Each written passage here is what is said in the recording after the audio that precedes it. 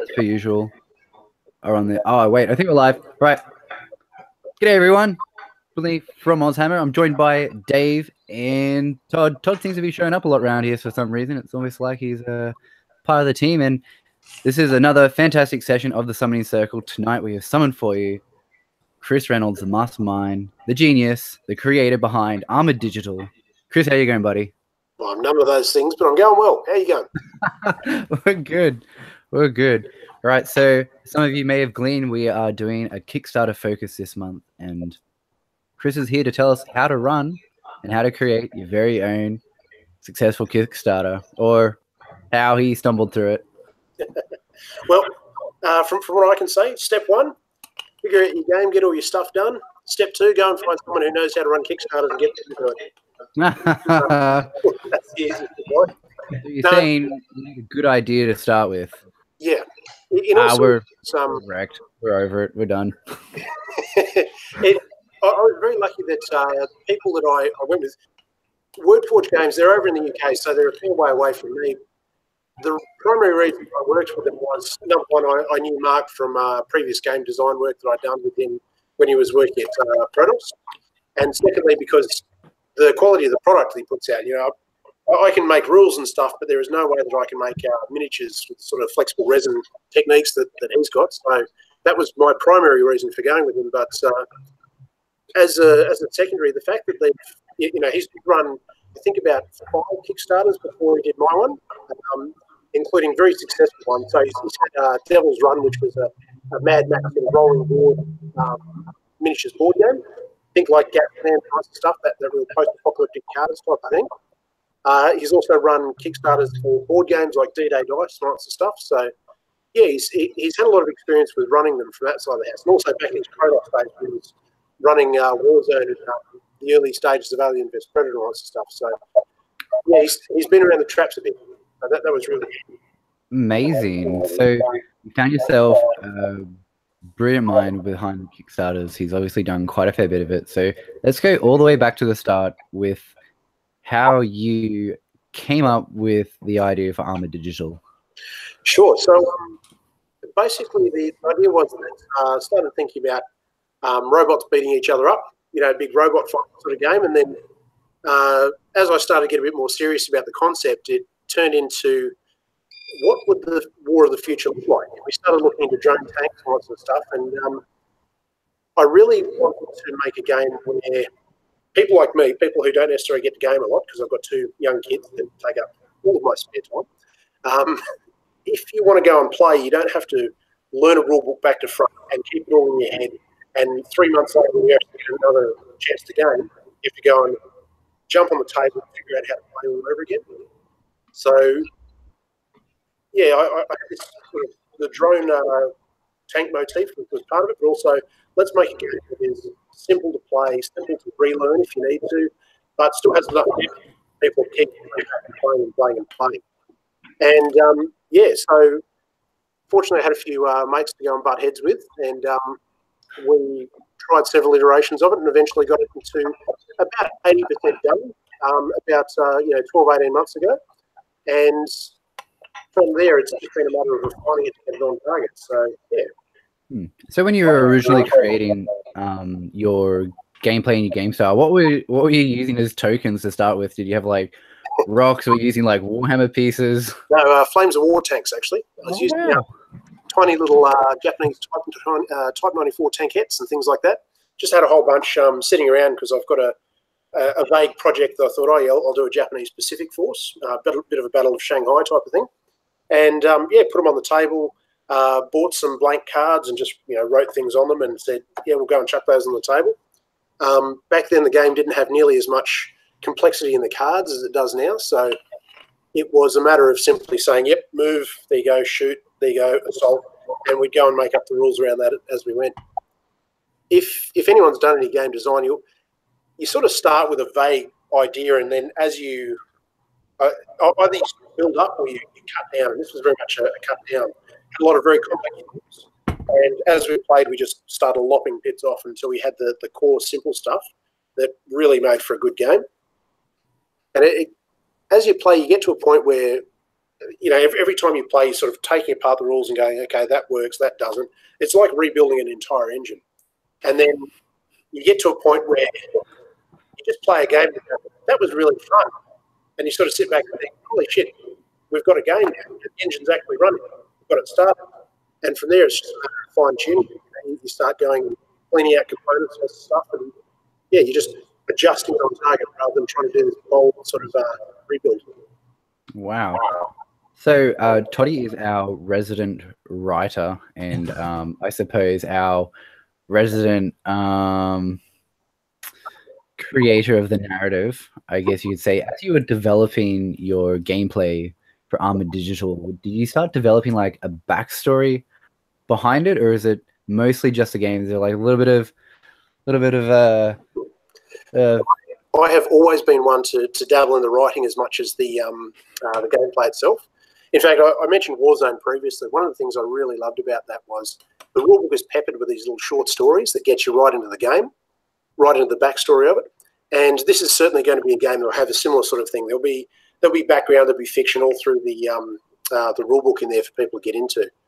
But as I went forward and sort of I'm working on the game, I was working on the background story to it as a separate sort of project, and the two fed into each other to the point where basically they got merged. And some of the gameplay aspects are directly linked to the story, so it's not going to be like people read 40K novels and the quality of submarines varies wildly depending on who's writing them. You're in the game can actually happen on the field. That's what we're sort of looking at. By way of for people that haven't seen Armoured Digital before, the background is essentially a high-tech post-apocalyptic sort of setting where humans basically relied on AI. The AI were sabotaged and went a bit nuts by doing very simple things like leaving their core programming intact but taking off the safety features like geographical boundaries and don't hurt people. And so agricultural AI just went, hey, that's a really cool spot over there to put my next apple orchard. I just need to flatten that village and then we'll be right to go. Mining AI, they go, oh, there's some really good uranium underneath that mountain there.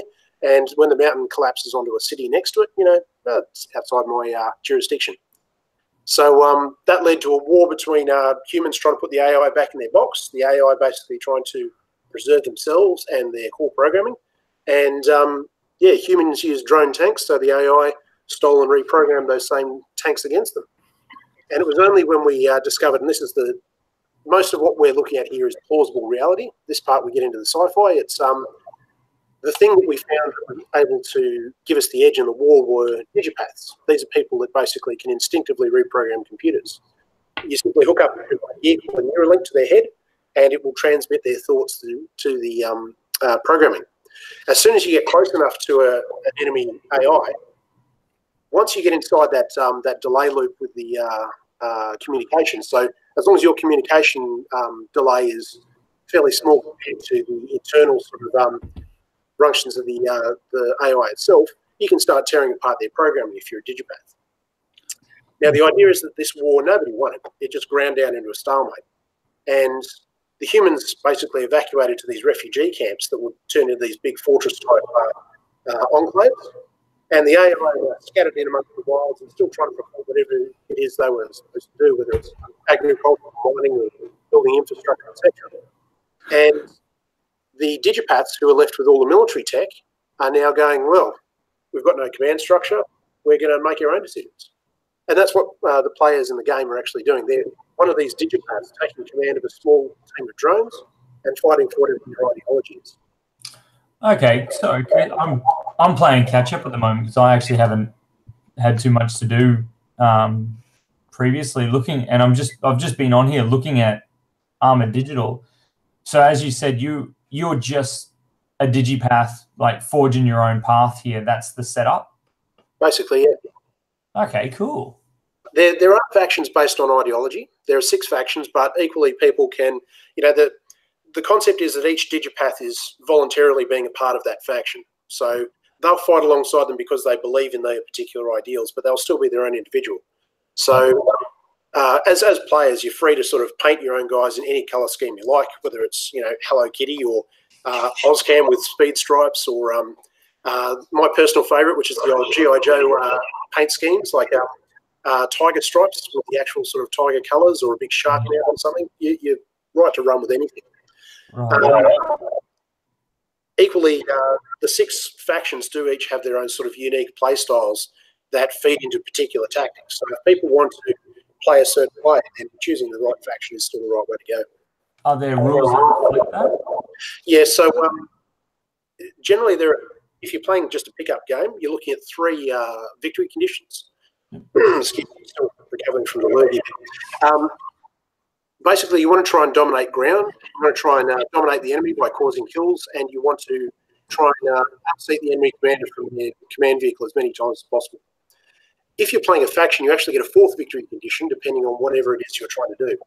So, for example, the aggressive hoplites have to try and get more of their units into the enemy deployment zone than the enemy has.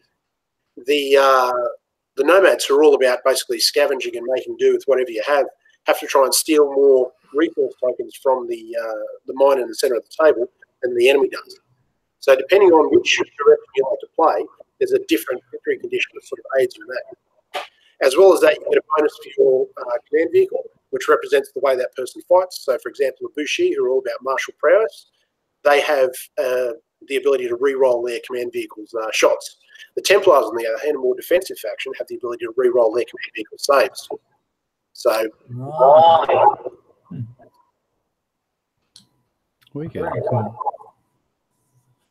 Is there plans to expand that just slightly? Like in the set, you've got 8 tanks there by the look of it.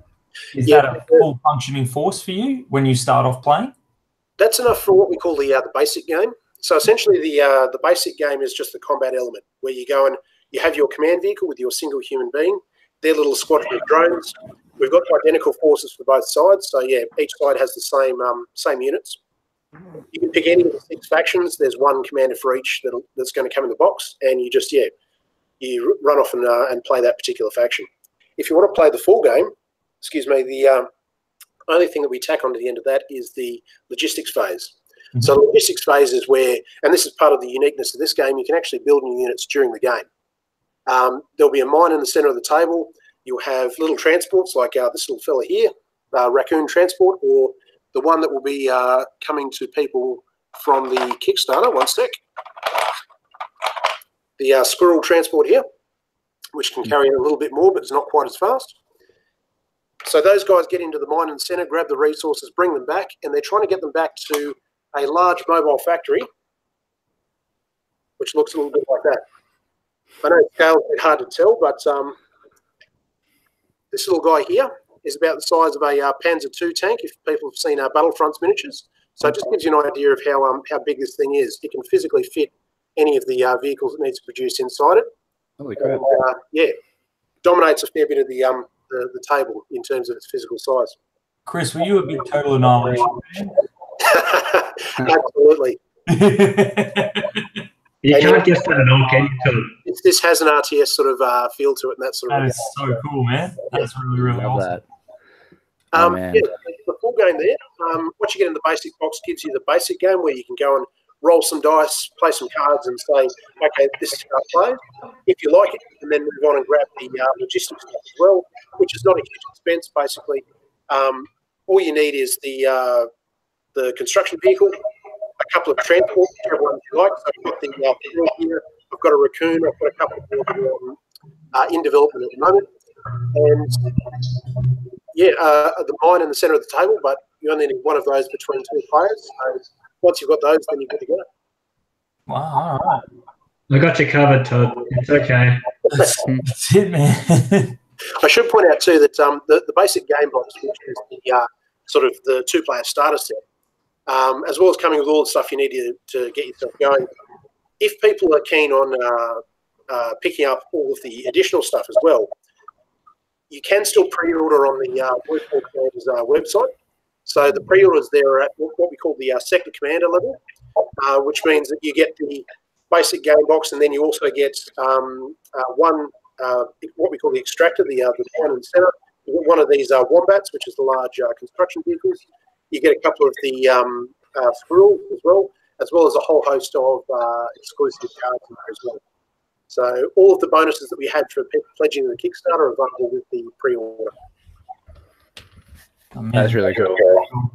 Oh man, game's pretty good.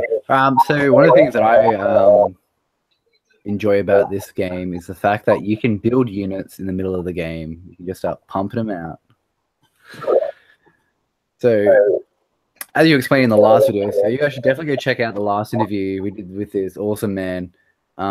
He really gave like a really big rundown of exactly what Armoured Digital is. One of the things you can do in this game is that you can build your models mid-game. So if you could just take us through that mechanic, I think that's good. So game's broken into two phases. Command phase, which is where you give orders to your troops and they go out and actually perform and execute all those programs. And then the logistics phase. So logistics phase is basically doing two things. It's grabbing resources and it's repairing and building new vehicles. So as long as you've got the resources on board, so I've got a sort of currency system based on that, which is representing, raw materials and parts, etc. All you have to do is then give logistic orders to this guy here. You can repair units fairly easily in the same sort of process, but if you want to build a new unit, and any of the units except for obviously these guys themselves can be built on board. So I wanted to build this little fella here, the Cougar. All you do is you pay your resource tokens, you put down an order, and you start building production points. So the Cougar takes 5 resources and 5 production points. So your average commanders generally have resourcefulness 3, which means they need 2 orders to complete it, and it rolls out the front ramp. Now, you might have plenty of resources and you start production of that. Okay, Cougar's done. It rolls out. And say you wanted to produce a bear assault tank. Now, you probably won't have enough production points to be able to produce this in the next turn. So you can start it now. It'll sit there on the system until you can complete the order next logistic phase. So it's fairly simple process. You're looking at about a top production rate of about 1.5 to 2 tanks per turn, depending on the resourcefulness of your commander. And yeah, you just pump them out basically in response to what the enemy's doing, what sort of tactics you need. So there is a scissors, paper, rock sort of damage system with the tanks. For example, if a wolf tank, which has reflective armor, gets in your backline, then what you need to have is an explosive weapon to be able to try and shatter that reflective armor. So yeah, either the elephant artillery tank or the Cougar here both have explosive weapons. Summer, if you've got, if these are the guys attacking you with their hardened armor, you want to have projectile weapons to be able to take them out. So you might take a Rhino tank, which has a rail cannon on it, as a direct hard sort of counter to those guys instead. Brilliant. Chris, what size board have you been playing on? So we don't have point values in the game, I should point out. We decide the size of the game by the number of commanders. If you're playing a 1 commander game, then you've got a 4x4 table. And play larger games, 2 or 3 commanders. So if you think of it like a 500, 1,000, 1,500 point sort of game, if you will, then you'll be playing a 6x4 for a 2 or 3 commander game. That said, though, increasing the size of the game doesn't massively increase the time required to play. Okay. And just for scenery-wise, you're just using anything you can get your hands on at the moment, or? Yep. So the game's designed in 15mm. So anyone who's got Flames of War scenery, you're basically good to go with most of that. It is designed to be a sci-fi near future. So if you've got maybe Team Yankee modern stuff, those buildings are going to look a bit more in place. If people go and have a look at our Facebook page, just Armoured Digital Game on Facebook, you'll see a lot of our pictures there. I've got a bunch of just snap-fit plastic buildings to give a bit of a, sort of Neo-Tokyo sort of feel city. And you don't have a huge amount of terrain required, basically. If you want to, tissue boxes and upturned cups and stuff if you really want to, and the game works just as well. But there are rules in there for obstacles like rocky fields or trees. There's rules in there for mud, snow, sand, all that sort of stuff if you've got boggy ground. And if you've got extreme slopes like, sheer cliffs or up to sort of 30% slopes, that sort of stuff, you do start slowing down your tanks as they go up the hills. Cool, man. Wow. A lot of thought process goes into this sort of stuff. Yeah. And I'm probably talking about a bit of the detail here, but when you start playing, the process is actually fairly simple. It's just a matter of you roll up how many cards you get. You've got a deck of cards to represent your actions. You choose whichever actions you want to plan for that turn, and then you just alternate playing them. It's a simple matter of move this guy, here's my card to move, play passes to you. Okay, you want to shoot with that guy, or you shoot card, off it goes, and you go through that.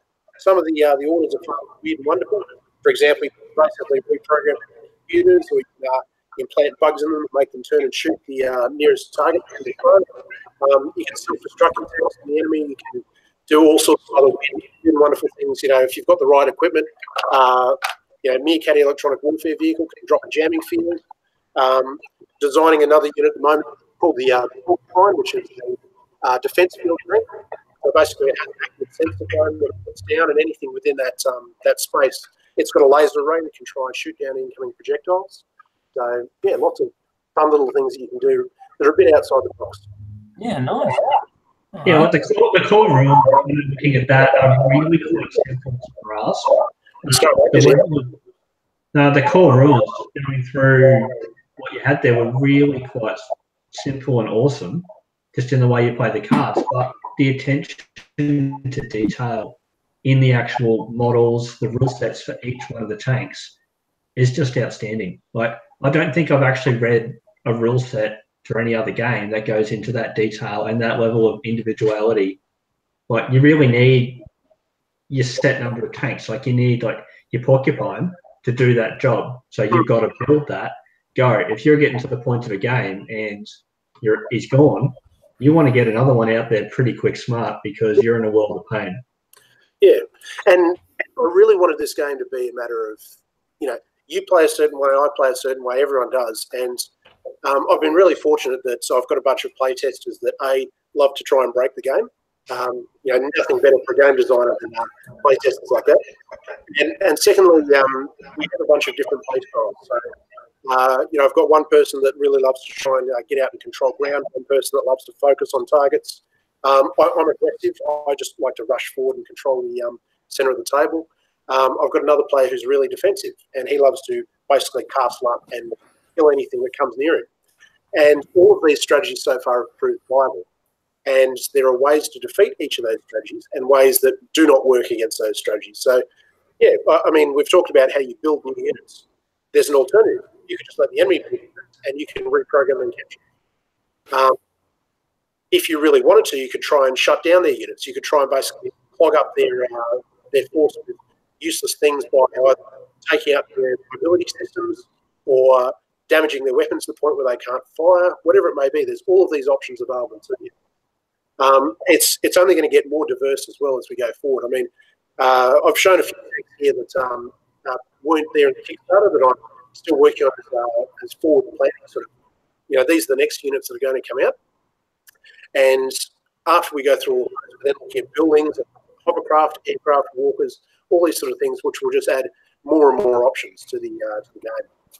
And of course, I mentioned previously, but for those people who are new to AD, if you really love the tank, every time you purchase one of these, you get a couple more orders cards.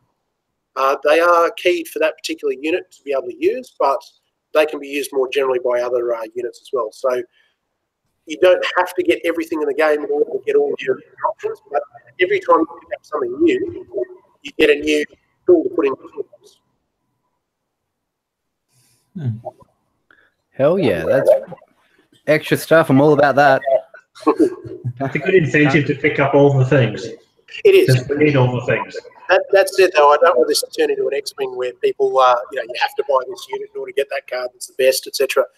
A lot of our playtesting has gone into refining everything so that we've got the principle of equivalency throughout the game. So every commander is on the same level. Every command unit is on the same level. Every combat is on the same level. They just have different battlefield rules. So, nice.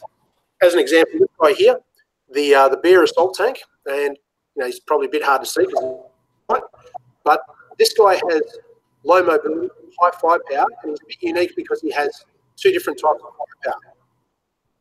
Contrast that to the Cougar here, which is basically middle-of-the-road stats across the board, which makes it very flexible, but it's difficult to make it outperform in any particular field. Same with things like the wolf, the elephant, and the rhino that come in the base game box.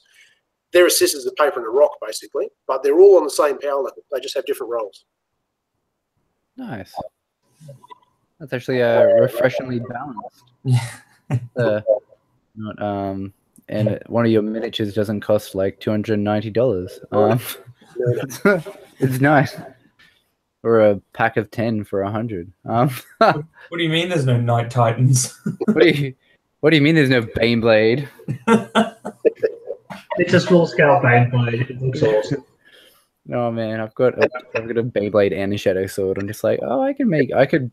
Originally, I bought him just like, yeah, I'll make an Octoblade. I'll make all the kids. I'm just like, nah, I'm just gonna build one tank at a time, and I'll make all 8 of them. Maybe making a whole bunch of, say, Lehman Rust and Chimera and those sort of tanks that all join together like Voltron to form a giant. Oh my god, I've got enough tanks to do that. We can do this. You just don't need any more ideas. I had a drunken conversation with Paulie many years ago about assembling cow suits into Devastator. Oh man, that'd be so good. No, Cow would do it as well. They'd be the ones to do it. To have like just this gigantic, like all these riptides just joined together into this gigantic super supremacy suit. But you got to paint them with like that old goblin green when you do it. Oh yeah, like the old blood red. Do you guys remember that? Like the real old the hex pots. Man, the screw-on pots. Who does that for paint? Screw-on pots. Terrible. For one, but they've got droppers. But yeah, droppers are they're where it's at. Like, I mean, I should probably just stop buying the pots, but you know, I'm a sucker for pain. It's virtual now. Yeah, I'm just like, wah. Look at a wet palette. It's not too beautiful. Wow, man. It's gonna be really cool. I think I saw a game of Flames of War not too long ago down at our local down at Irresistible Force, and that looked really interesting. But I'm really keen for when David gets his Kickstarter. We're gonna be over at his house and we'll just be tearing that box apart to smash out a couple of games so we can show everyone what for at HeroCon. Well, yeah, I'll be there at HeroCon, hopefully with additional stock. So if anyone's keen to come and actually pick up the game, I'll be there with stuff to buy. Just hoping that it gets to me in time. As soon as I've said that now, Murphy's Law will conspire and that the ship will sink on the way over or something. But that's the plan anyway. For everyone who's not aware, HeroCon is in November this year, and it's a event that's going to be supporting Legacy, I believe, and I think it's being run by the ADF, Wargaming Association. Wargaming Association is running it. Yeah. I'm not sure if it's Legacy or Soldier-On. It might be Soldier-On that we're supporting. I know that Anzac Cup down in Canberra recently, that was supporting Soldier-On, so I'm not sure if we're doing the alternating thing or if it's all for the one charity. Yeah, both Legacy and Soldier-On are fantastic things, and if you're a Defense Force member, I think you can get, you can apply for time off to go to the event or something. Yep, so, absolutely. Pretty certain you can do. And you even work out, or they even try and help out with accommodation and lodgings and things like that. They're really accommodating, which is awesome. Yeah, so if you're a Defense Force member, get your ass to HeroCon. Need more people there. Just make sure you warn out your chain of command well in advance. Yeah, just tell your local Rupert what's going on. And what's it called? Someone was telling me, I was listening to an Infinity podcast, and they had a fellow who was a Defense Force member, and they said that it's under development and tactics or something. I don't know. There's like a part on your leave form you fill out, and you can. I don't know if someone can send me the leave form with Just fill it out. It'll be fine. With the info on it, so we can have a bit of a laugh. That'd be great.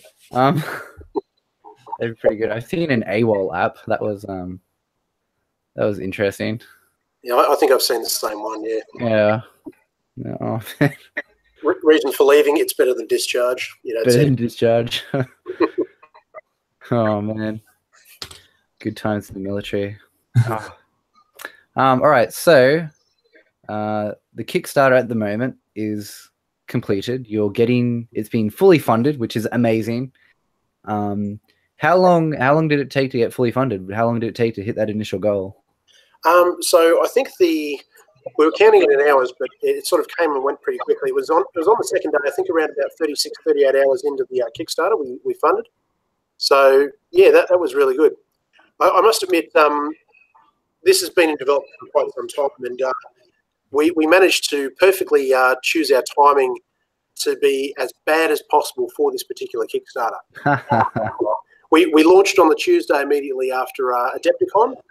People might remember this is the same Adepticon where we launched, and Games Workshop announced Plastic Sisters and etc. etc. You know, Ideneth Deepkin, all that sort of stuff. Yeah. So if you want to pick a worse time, I think you're going to have to fight us pretty hard on that one for the wooden spoon. Yeah, and then following on Adepticon, you have the LVO, I believe, or another massive American. Yeah, it was back to back. Yeah, like, big events, and then come in there, and I looked and went, we've got Sea Elves, we've got this, we've got the Armoured Digital. Wait, no, we'll just talk to Chris. Wait, the Kickstarter's live. Where do I go? Where do I go? Armoured Digital. It's okay. Games Workshop won't get their stuff in order that quickly. We're okay. Yeah, we're good. I'm only pointing this out because despite all of that stuff, we still managed to fund in that time window. So, you know, it's not the sort of Kickstarter that's going to set the world on fire, but we certainly made our own ground. And for a game that is completely unknown, I think that's a real plus. You know, I think that's brilliant. Like 36 hours, fully funded. That's pretty impressive. Awesome. Like just sitting there knowing that after our combo, like 2 days later, the Kickstarter goes live. You're like, I'm backing that. So I'm backing it to be, you know, jump on there, and you're like, 2% funded. Great. It went live like late in the evening. You come in, check it in the morning, 25% funded. You're like, yeah. Hey, well, great. I tell you what, as one of the people running it, unfortunately, one of the downsides of not being the person actually running the Kickstarter but joining in is you have what's called a Kickstarter creator and a collaborator. Now, I was on there as a collaborator, which means that I get some of the picture but not the full picture, whereas the creators get a lot more of the information there. Not everything, but a lot more than I got. So I'm sitting there madly refreshing every time I got the chance. For your own mental health, sometimes you have to sort of throw your hands up and walk away and just, you know, let it be for a bit. Can't spend, you know, 3 weeks of your life just constantly on the computer going, you know. But that said, I mean, it was a whirlwind of doing interviews with all sorts of people. I even went down to Melbourne to the Conquest Games Festival there. Had a great time while I was down there. Saw some of my Victorian playtesters, and that was lovely. But it was on the morning that I flew down there that I actually had one of my mates sort of sent me a message saying, hey, I just jumped on. It says on the X number of backers, and I had a look. It was about 25 backers more than I'd last checked it before I jumped on the plane in Canberra. So, yeah, in the process of me flying from Canberra down to Melbourne, suddenly we were basically funded in that time period. So, yeah, it creeps up on you even when you're not looking at it. So, that's it. That's brilliant. Yeah. That's the sort of good story we want to hear on AUSHAMMER. That's good. Wow, man. 36 hours, fully funded. So where you're at now is that fully funded, friendly, and, you know, 124 so far really happy people. Once this gets fulfilled, it's going to be awesome. Yeah. Pretty good. Yeah. Oh, man, that's amazing. Now, we did unlock some of the stretch goals as well. So basically the stretch goals that we were handing out, there were some freebies that got in there. I mentioned with the pre-order, if you guys jump in on that, then, you know, you get some extra freebies for that. I can actually tell you guys a bit of an exclusive here too, that the publisher has authorised that all of the units that I've got currently up to a standard of playtesting that I can say, yep, these are good to go to retail. We're going to unlock them when the Pledge Manager goes live. So people who have backed will find that they have a much broader range of options to choose from than they had originally. So in particular, we're talking about units like the Cheetah, this little suicidal rocket fleet here, and the Meerkat electronic warfare vehicle I showed you guys earlier. You know, a few of these sort of units are going to be good to go in the Pledge Manager.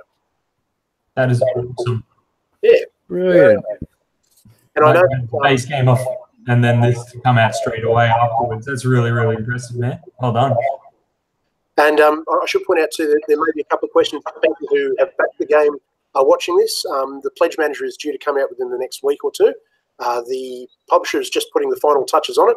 That's all the highly technical stuff that I don't get involved with. So Yeah, I'm waiting too. So don't you guys worry. We're all in the same boat together. Well, everyone's raging with bated breath. It's very exciting. So everything's just in production now. Everyone's just waiting for the manufacturer to get their stuff to go. You're going to be there at HeroCon with extra gear if everything goes well, and we'll be able to buy pre-order stuff there, like a starter set. Well, so the stuff that I'll have there will be the final retail product. So yeah, the intent is to have the starter set as well as we'll be selling the rest of them as individual units. So yeah, if you want to buy a single Rhino or a single Cougar or whatever the vehicle is, you simply buy that particular item and you're good to go. And how much per tank are we looking at? How many $dues?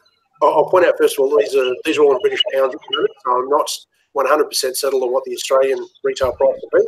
But the main game box is due to be £50, and then the individual tanks. So you were talking about the little combat tanks, those sort of things. They'll be £9 each with the vehicle itself, stat card, a production specification for it, and a couple of orders cards all in one package.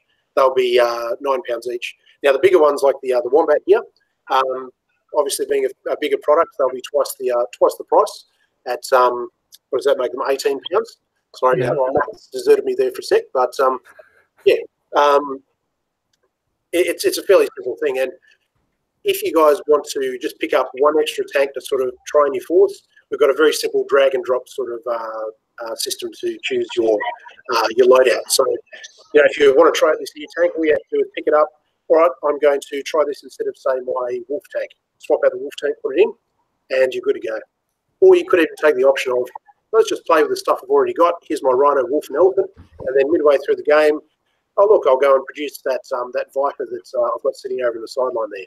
So you can actually rotate in a lot more of your collection than actually starts on the table. Okay. That's brilliant. I'm going to just field a whole bunch of flyers because I'm a terrible human being. Wait, do you have flyers? There's like helicopters or something? Aircraft will be part of it. If you think large armoured quadcopters, that sort of thing, like mini versions of those shield helicarriers, that sort of where we're planning. I have so many helicarriers. I'm just going to have all these helicarriers. No. So just the porcupine deal with aircraft. Yes. There will be other anti-air vehicles as well. Whether you like to go tank, hovercraft, walker, they'll all have anti-air vehicles. So yeah, if you rock up to, say, a tournament game and you find that you've only got tanks, they've only got aircraft, all you have to do is maybe scuttle one of your tanks and build an aircraft tank or two. So very easy to counter if you've got the right vehicles. I think that's what I'm stocking up on at HeroCon. And getting a few things in order just to make sure I've got all bases covered now that Brindley's revealed his secret. It's just gonna be helicarriers. There's gonna be no secret. I'm not even gonna bother like adjusting my strategy. I'm just gonna attack you with everything. There's no logic. Are you foreseeing a schism in the groups who play this game? You've got your tank people and your fan favorites, and then the new people who come in for the walkers. And then just Brindley.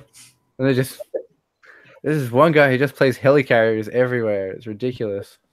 Well, loses every game. I mentioned that equivalency principle before. Everything in the game is all designed to be balanced against each other. So if you go hovercraft instead of tanks, for example, you'll be faster, but your maneuverability is going to be much reduced. So if you go into terrain at all, it's going to be very difficult for you to move around as fast as, say, a tank can. Same if you take mobility damage as a hovercraft, you basically, if you've moved, you're likely to bottom out and destroy your own vehicle. Very mobile, hard to hit, but fragile. If you can get guns on them and actually hit them, they go down easy. Walkers, they're tough because we're not thinking battle mech sort of bipedal walkers, but we're talking about 6 or 8-legged insect-like walkers. Well, these guys can go anywhere, but they'll take a while to get there. So much slower mobility, but they can go through terrain. They can even climb sheer-sided slopes, like the side of buildings or cliffs. Oh man, so they're like the those Star Wars ones, Attack of the Clones. It's got legs. Yep, that's the stuff we're looking at. The small one, not like the AT-ST or the AT-AT. That 6-legged one from the prequels that nobody talks about. That's the one, the hated love child of the AT-AT. Hey, there was things in the prequels. Darth Maul. He was pretty good. Everyone loves Darth Maul. Well, He was pretty good. Qui-Gon Jinn didn't love him much, but He didn't like dead. He was half and half about it. Oh, Too soon. Oh god, yes. Oh, I got a prequel joke. All right, we're done. We're out. Let's go. Oh my god, that was terrifying. All right, oh man, that's gonna be amazing. So with the products you can read at HeroCon, is that including like the helicarriers? Not at this stage. At this stage, it's just going to be the tanks. This is part of our expansion into the future, is that we'll be adding each of the additional unit types over time as the game progresses. And this game being the sort of thing that, in my experience in running demos, and I've probably run about 100 at this stage, is people play the game and love it. You know, people might just go, oh yeah, you know, this game with some sci-fi tanks that looks interesting, but once they play the game, that's when people love it. So I'm seeing this as one of those sort of slow burn things where, you know, like Infinity and Drop Zone Commander and all those things, it's been a word of mouth sort of game. And people played it, gone, hey, this is awesome, told their mates about it, and the game sort of slowly grows that way. As we grow in terms of player numbers, I'm hoping that we'll also grow in terms of the options available. So we'll go from simply tanks to then having buildings available to then, you know, depending on what we've sort of got in the pipeline at that stage, we'll then start bringing out all the hovercraft, aircraft, vehicles, whichever one is sort of ready to go at that stage. nice. I'm really keen to actually build like a little mini Neo Tokyo City now. Actually, sounds really fun. Man, that's awesome. 15 mil scale. So Flames Wall the same. Yeah.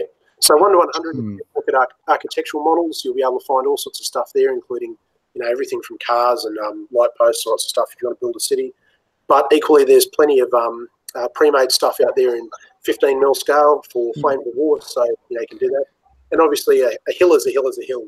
And same with water and rocks and lots of stuff. It's pretty easy if you've already got this stuff. You go and put it on the battlefield for AD. Nice. Very nice. Oh, man, that's amazing. All right.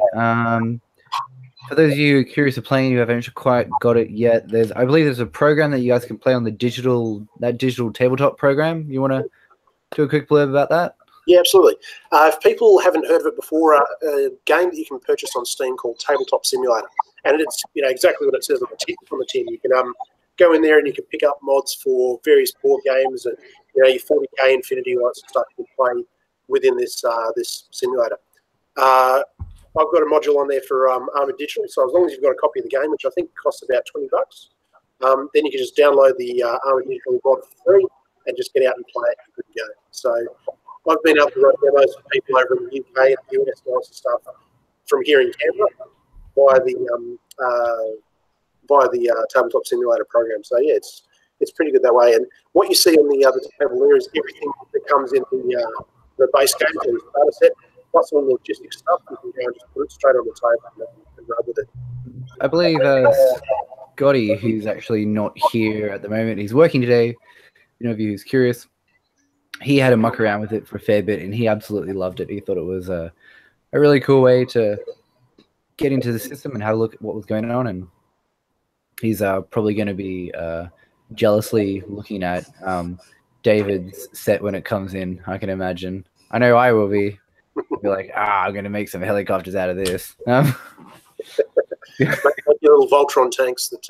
Oh man, it has to happen. I'm going to get Voltron tanks just for that. It's going to be so actually got to turtle up and. That's it. Just do giant Voltron tank. I actually regret selling like all my Mech Warrior miniatures. I could have totally cannibalized some of that. Oh. The gigantic Voltron stuff. Oh man, that's awesome. So you're good enough. You're exclusive. You're going to be at HeroCon. It's going to be pretty exciting. Yeah. For me as the creator of the game, this is sort of my downtime in between the end of the Kickstarter and the start of the game sort of going live in the community. I'm getting out and running a games day once a month. So if anyone's in the Canberra region and wants to get involved in that, just have a look at our we've got a Facebook page and a Facebook group, and I go and put the events up there so people can get involved that way. But also, as we as we go forward, the only thing that I've sort of got on my plate is redesigning the rule book so it's easier to read. And I've just been shown a whole lot of board game stuff about how nobody really knows how to play a game. You simply know how to play the game that you were shown by somebody else, who was shown by somebody else, and so on and so on.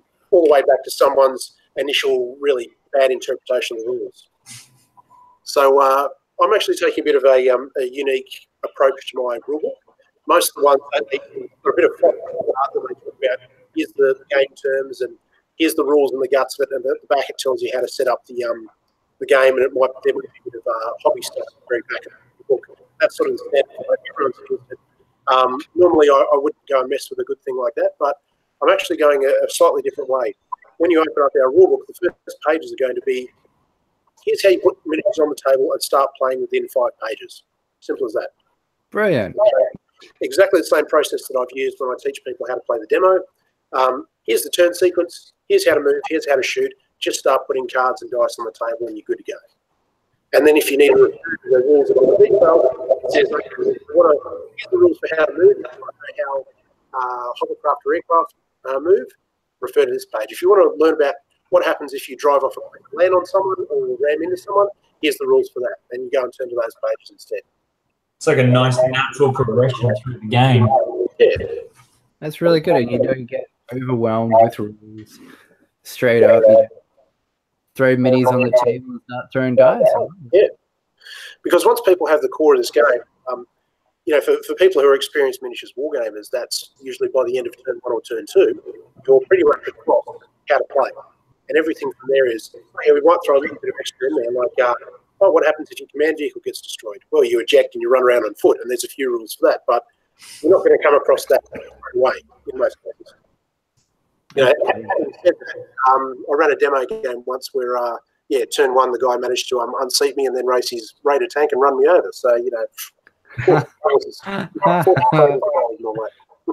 Legendary. That's awesome. Helicarrier to come in and rescue him. That's it. Those helicarriers. Just waiting for it. My favourite dumb luck thing that somebody did to me in a demo game, we're talking about people who've never played the game before. It was on about turn 3. He's just driven his command vehicle in a suicidal battle run straight at my tanks. I had about 3 of them pouring fire on him, destroyed him, and I thought, this will teach him. Now he gets to learn how it works when he runs around. He's rolled his dice to find out how far he ejects and lands back on the ground, and he's measured it and said, I'm going to land on top of your command vehicle. Now, there's a special rule in there where if you come into contact with an enemy command vehicle, you can try to have a bit of a battle of wits to punch the eject code into their vehicle, fire them out, and take over. And the little bastard managed to do it. He exploded, landed on top of my command vehicle, ripped the hatch off, and let me fly out the top, taking over my command vehicle. So, yeah. That's so good. Sometimes. Maybe one of the best rules in the book. It's one of my favourites. Well, until that happened to me, but, Sounds awesome. It's good. It was really exciting when we first had Chris on. It was definitely an eye opener for a different sort of game. Yeah. So you mentioned you had a Facebook. Is that where people can find you if they want to get in contact with you? Yeah, so I've got a range of different channels depending on where people are. We've got a YouTube channel, so people can jump on there and learn how the game works in under 30 minutes. So we've got basically the first 3 5-minute explainers. They are literally 5 minutes. We'll teach you 4 of the rules. There's another one there for logistics phase and another one on how to select your force. And that's pretty much what you need to know to play. We've got a Twitter, so AD Wargame on Twitter. We've got a Discord that one of our fans has set up, Armoured Digital Game there. We've got a forum, which you can find on our links on our Facebook page. We've got the Facebook page, so Armoured Digital Game at Facebook. So, yeah, any of those channels, we're across all of them at this stage. So, I think any more, and I'll probably go a bit social media mad. Yeah, it's a bit crazy when you start compacting social media. We don't do too much. I can't imagine what it's like trying to run a game company from it. We're flat out just sending a post. I mean, it is a wonderful thing, and this game is a very international thing. I'm here in Canberra. I've got a publisher over in the UK. My main miniatures designer is in California. I've got artists across Europe, Japan, the US, etc. So, yeah, it's without social media, this game wouldn't exist. Yeah. And even when I was running the Kickstarter, the amount of different blogs and podcasts and lots of stuff that I talked to in various different countries was just amazing. And yeah, I wouldn't have been able to get in touch with those guys without finding them on Twitter or finding them on YouTube or Facebook and just harassing them and saying, hey, dude, got this game coming up. You want to have a look at it? Oh, man, online harassment works wonders. That's how we got you on. It's the nicest type of online harassment. Oh, man, that's awesome. All right. Did you have anything else you wanted to share while you're here? Any plugs? I'm going to see if I can work this thing. I'm going to screen share for a sec here. Oh, we can do this. We will share to you. And I'll just try and bring up some of our new units. So can you guys see that one? We are presenting to everyone, so we can't see it. Did you hit the green arrow, the screen share arrow? Yep. Oh, hang on a sec. There we go. There we go. Ooh. Exception. Wow. Oh, look at this. Okay. Wow. Talked about Porcupine. So this little fella here got an active sensor dome at the top there. There's its laser defense array. So yeah, this little guy will be able to protect some of your more valuable units. This guy here's the crocodile, so it's still very much work in progress. The turret is very early on, but the hull is there. This is an amphibious raiding a tank. So yeah, if you want to punch me across some marshland or some deep water, this guy gets straight through that. And this guy here is this is the armadillo. So we've got 3 different transports. Basically, this is the slow and heavily armored one. So if you really have to get your resources out through enemy fire, this guy's the guy to deal with. So yeah, these guys haven't been produced yet, but they are in the early playtesting stages. So I'm hoping to be able to have them ready for unlocking at the Pledge Manager as well. Awesome. I'm very excited to see them. That's really cool. That was really cool. And I noticed on your on the miniatures you had different sort of armor going on that plays a bit of a role in it as well. You can load out your stuff with different there we go. So presenting to everyone, you can load out your tanks with different armor and different weapons, and it's all of the where possible, all of the stats will be modelled onto the vehicles themselves, and it's sneaky little things like if you want to figure out what the comm stat is, just count the number of antennae on top of the tank there.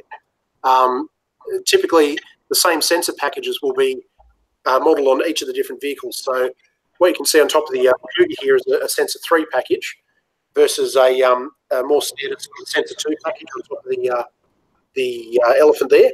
So all of those will be common elements across the board, and you can see, yep, pick it up. Okay, this vehicle has, I can see it's got hardened armour. Looks like it's got a fair bit of firepower. This one's firepower 3. Yep, it's got comms 3, sensors 3, just by looking at the tank without necessarily having to look at the stat card. Love it.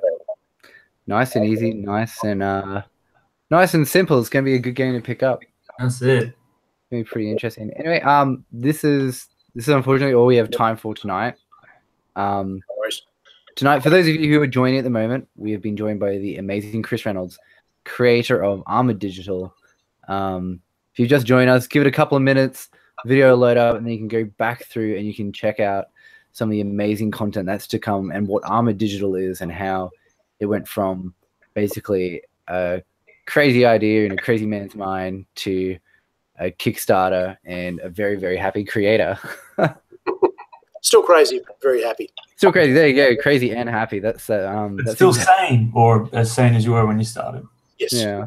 See, sanity levels are approximately the same. That's it. If you guys go through there, it was a lot of very interesting information. A lot of interesting stuff coming up with Armoured Digital.